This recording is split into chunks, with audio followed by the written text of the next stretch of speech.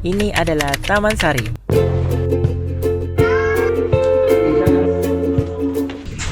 Oke guys, hari ini kita akan ke Taman Sari. Yuk, ikuti. Jika kamu suka arsitektur masa lalu, mungkin ini adalah tempat yang cocok untuk kamu. Taman Sari terletak di kawasan Keraton Yogyakarta, tepatnya di Jalan Taman Sari, Kadipaten Keraton. Untuk akses ke sana, jika kamu dari titik 0 km Malioboro, lanjutkan perjalanan ke arah barat menuju Jalan KH Nyai Dahlan, dan sesampainya di pertigaan, lurus terus sehingga melewati Pasar Ngasem. Jarak tempat wisata ini kira-kira 1 km dari arah Keraton Yogyakarta. Dan apabila kamu jalan kaki, mungkin waktu yang kamu butuhkan kurang lebih 10-15 menit saja. Nah, Taman Sari ini adalah sebuah situs peninggalan sejarah pada masa kerajaan, berupa kawasan permandian kerajaan.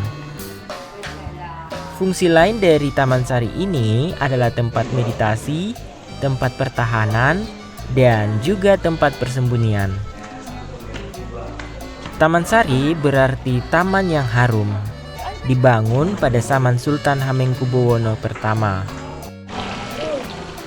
Sultan Hamengkubuwono pertama menciptakan Taman Sari sebagai penghargaan kepada permaisuri atas pengorbanannya selama Perang Giyanti.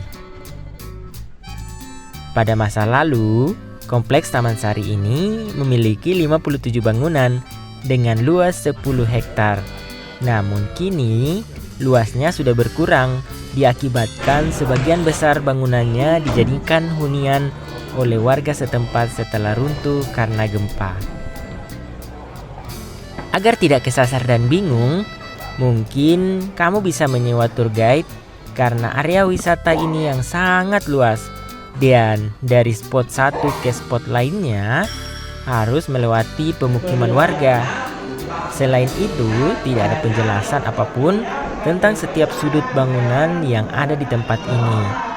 Dan tidak ada petunjuk arah kalau mau ke spot yang lain. Di Taman Sari, tour guide tidak memasang tarif resmi.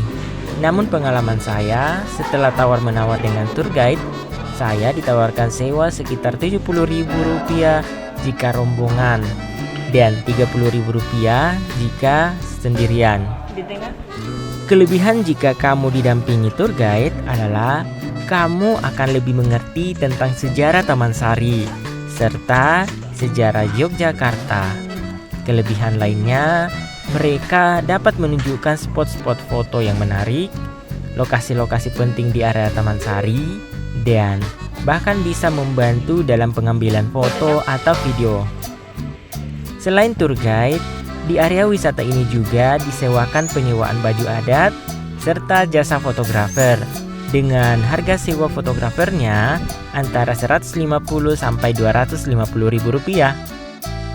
Oh iya, wisata Taman Sari buka setiap hari mulai dari jam 9 pagi sampai jam 3 sore. Untuk tiket masuk cukup dengan membayar Rp15.000 untuk dewasa dan Rp10.000 untuk anak-anak. Untuk pembelian tiket lokasi wisata, titiknya berada di depan pintu masuk Taman Sari di loket sebelah kanan dari arah pintu masuk. Namun saran saya, apabila kamu berkunjung ke Taman Sari di waktu musim liburan, sebaiknya belilah tiket di Traveloka atau TikTok biar tidak mengantri lama.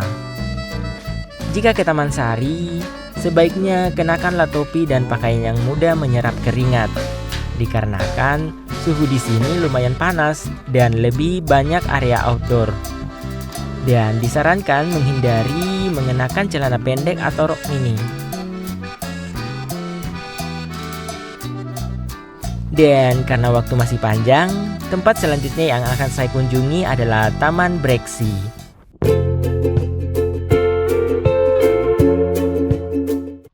Ini adalah suasana perjalanan saya ke Taman Breksi. Kamu bisa naik transportasi online ke atas seperti Gojek atau Grab. Namun pengalaman saya, setelah mau pulang, hampir saja saya tidak bisa pulang ke penginapan dikarenakan lokasi tebing Breksi ini agak jauh dari kota. Jadi saya sarankan kamu mending sewa kendaraan aja deh biar aman. Berbicara mengenai tebing Breksi adalah sebuah tempat wisata yang berada di wilayah Kabupaten Sleman. Lokasinya berada di sebelah selatan Candi Prambanan dan berdekatan dengan Candi Ijo serta Kompleks Keraton Ratu Boko.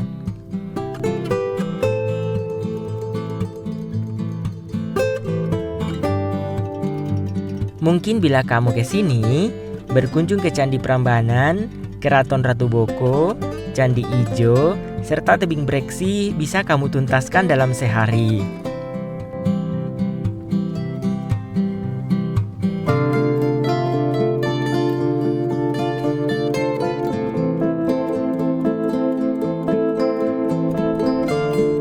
Tebing Breksi berawal dari area pertambangan batu kapur yang menjadi sumber mata pencaharian penduduk setempat.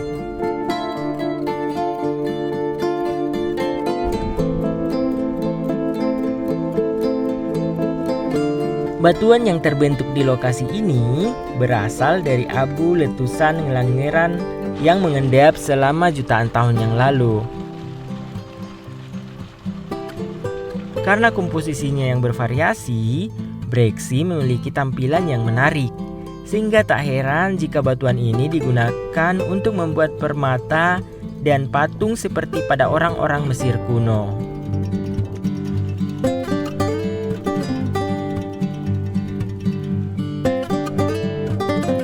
Oh iya, batuan penyusun tebing Breksi ini didominasi oleh batuan pasir tufan, tuf lapilli, dan Breksi batu apung.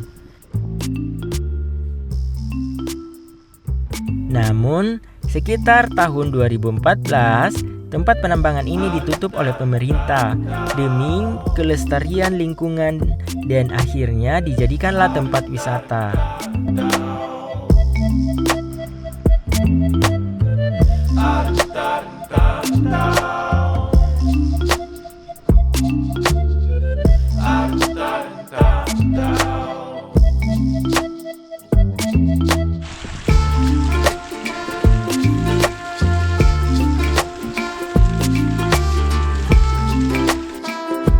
Untuk fasilitas di tempat tebing Breksi sudah disediakan area parkir yang luas, toilet, lapak kuliner, spot-spot foto yang estetik, area pertunjukan kesenian, dan yang menarik adalah disediakannya wisata mobil jeep jika kamu berminat.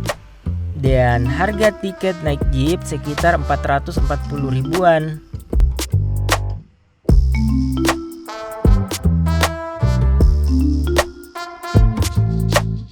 Wisata Breksi buka mulai dari jam 8 pagi sampai jam 9 malam. Dan untuk tiketnya, kamu cukup membayar Rp10.000 per orang.